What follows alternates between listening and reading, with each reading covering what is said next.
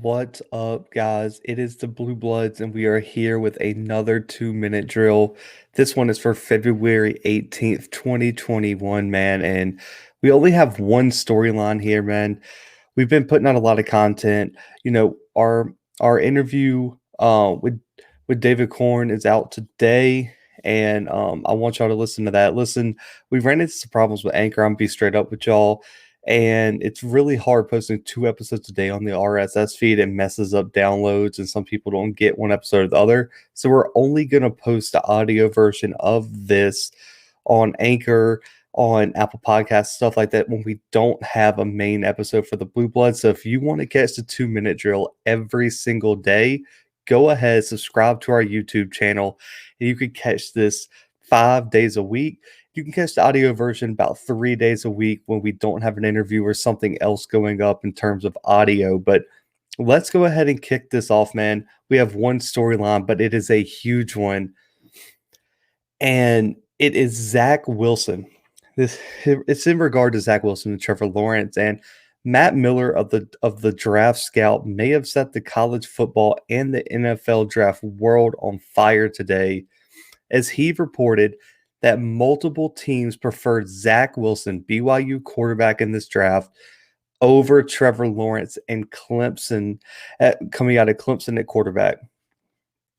Listen, say what you will, but this is kind of an outrageous take, and that's why I felt like I had to record tonight.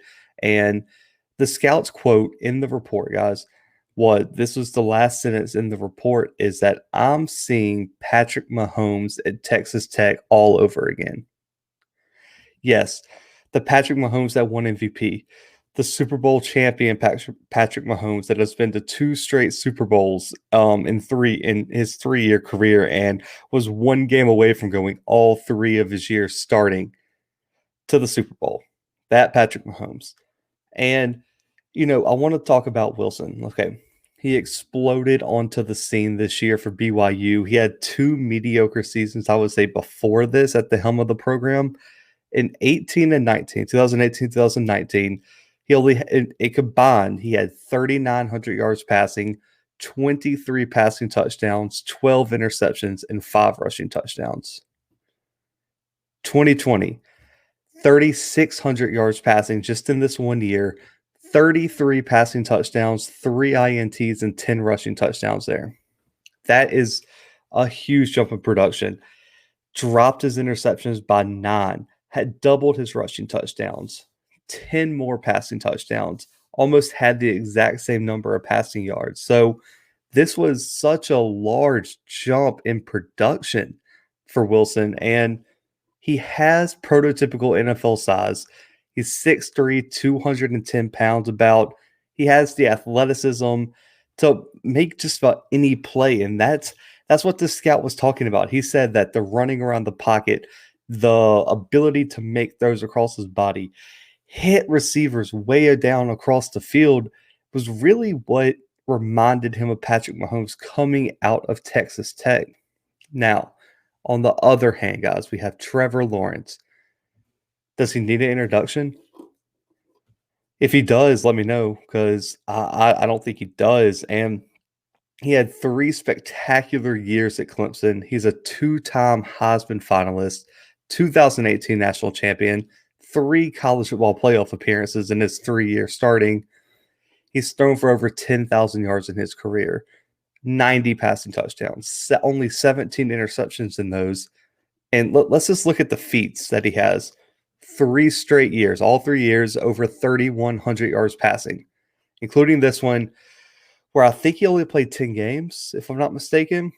And he had over 24 passing touchdowns in each of the 3 years. COVID hurt this year. He was on track to get over 30 this year, too. Less than 8 INTs each season. Wilson threw for over 10 both of his first 2 years starting for BYU. And each year over 65% completion percentage for Lawrence. And this is in the ACC. This is going to play Alabama in the national title. This is playing, Notre Dame. This is playing these big teams where Zach Wilson was out there at BYU playing against a bunch of, average opponents, I would say. And We'll get to the Coastal Carolina game later, but that's one game I really, really want to highlight for Wilson. But, you know, I want to break this down, guys. This can't be a full episode. I get it. But with the 2 minute drill, we got to get everything in, but we're on a time crunch. So let's go ahead and start. This is my main argument here. This is the one that matters most. I have an example that's probably going to be a bit controversial. It's the one hit wonder versus the 3 year superstar. Now, let that sink in just a minute. I know it could be considered taking a dig at Zach Wilson, but I really don't think it is. So, Lawrence has put 3 solid full years of tape out there for you guys to see what he can do. Zach Wilson, one, I would say, successful season. He had flashes the first 2 years, but he never seemed to really put it all together. And this is man, this is going to be tough for y'all. This reminds me so much. I know I was, this is kind of like memory reading up on this because I was super, super young when this was going on. It reminds me so much of Ryan Leaf versus Peyton Manning coming out of the draft back in the day. And let me start by saying, for all the people who are on the other side of this argument, I do not think Zach Wilson will fall to the same things that Ryan Leaf had wrong in terms of his career, his personal life, all that. I think Zach Wilson could be very, very successful. That's not the argument here. The argument, let's keep it centered, is that is he going to be a better quarterback than Trevor Lawrence, or is he a better prospect than Trevor Lawrence? And I don't think he is. And the reason I think it's similar is that I feel like people are overthinking this. You had Lawrence, multiple time Heisman finalist, all that. How about Manning? 3 times he finished in the top 10 in Heisman bonus voting. And so that's a 3-time Heisman finalist, over 11,000 passing yards, 89 passing touchdowns, 33 interceptions total, and a conference championship in 97. Leaf, 2, I would say, mediocre years. He really didn't play his first year. His second year was up and down. Explosive last year, man. Over almost 4,000 yards passing, 34 touchdowns. He did have 11 INTs, which Wilson only had 3 this year, but that's a whole nother conversation. But Wilson struggled with INTs early in his career, over 10 both his first 2 years. So the real question when you're scouting Wilson is he more the quarterback we saw this year?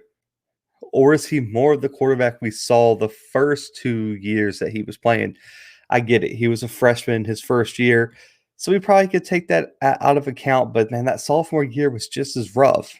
And he just exploded this year with something that I just didn't see him having. I mean, I think he was a stud. He was one of my favorite players to watch this year. But I think this is a cautionary tale, and the reason I do is because people are overthinking this.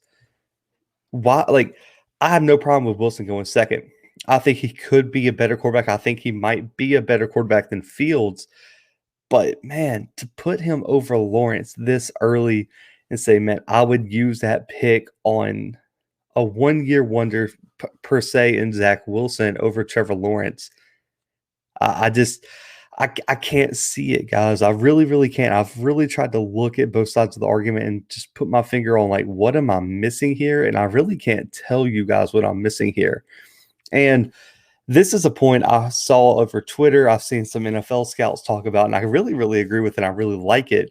And I fall on this side is there's been so many franchises that have struggled with QB scouting, player scouting, just throughout their entire franchise history, and that therefore they've been relegated to the bottom of the NFL.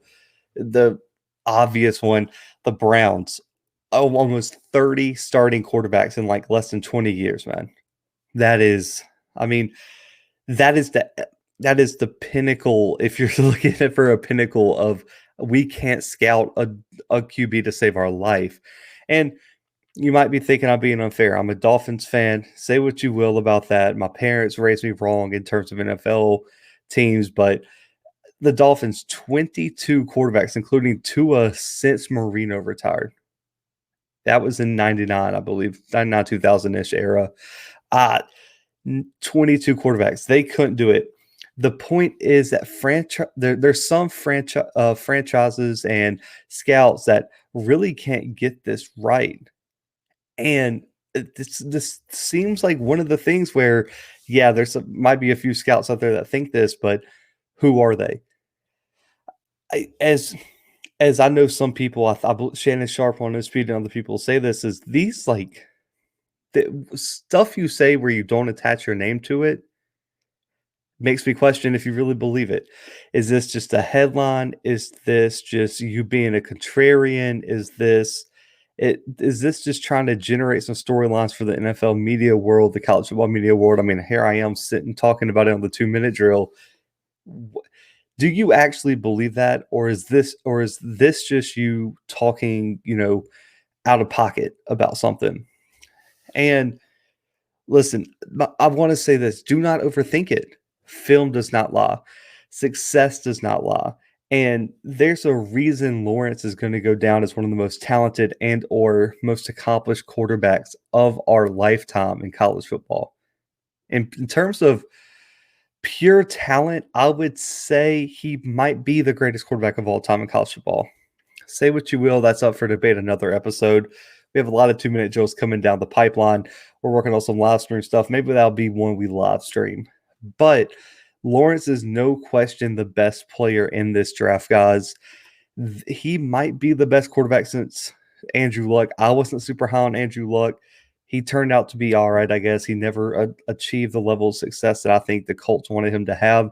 I think I would go as far to say Trevor Lawrence is the best quarterback prospect since Peyton Manning.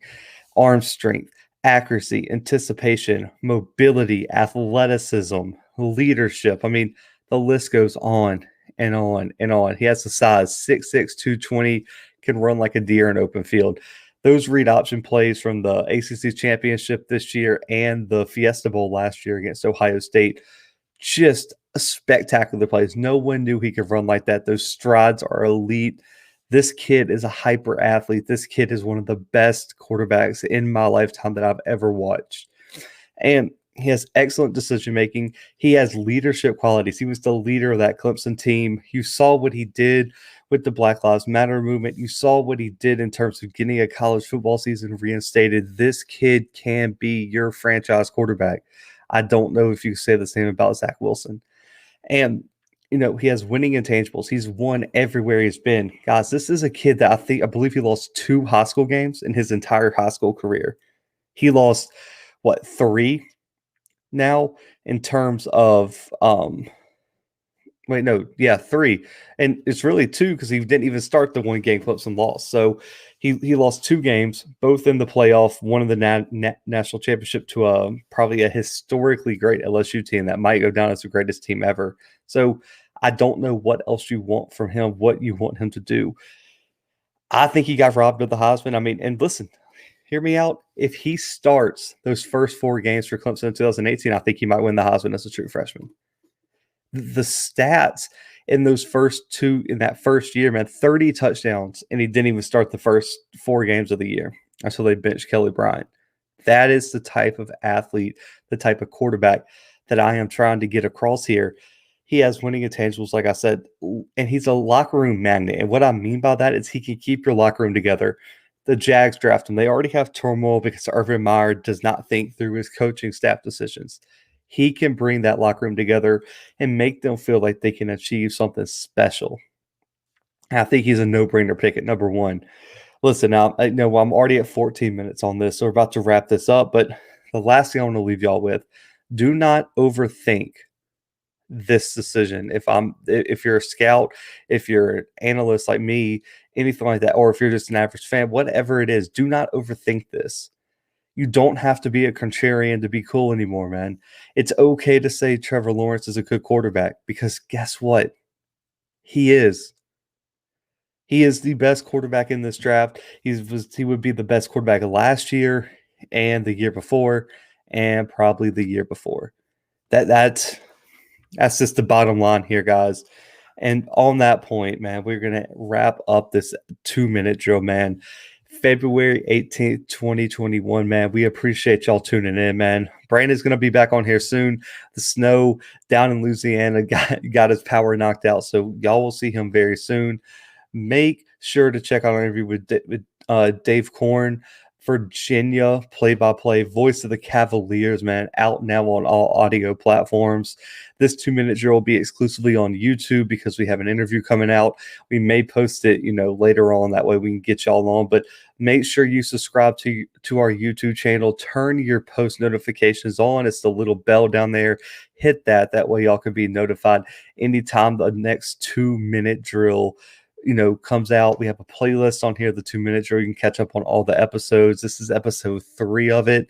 We appreciate y'all, man. Y'all are the best, listeners out there, the best family out there, man.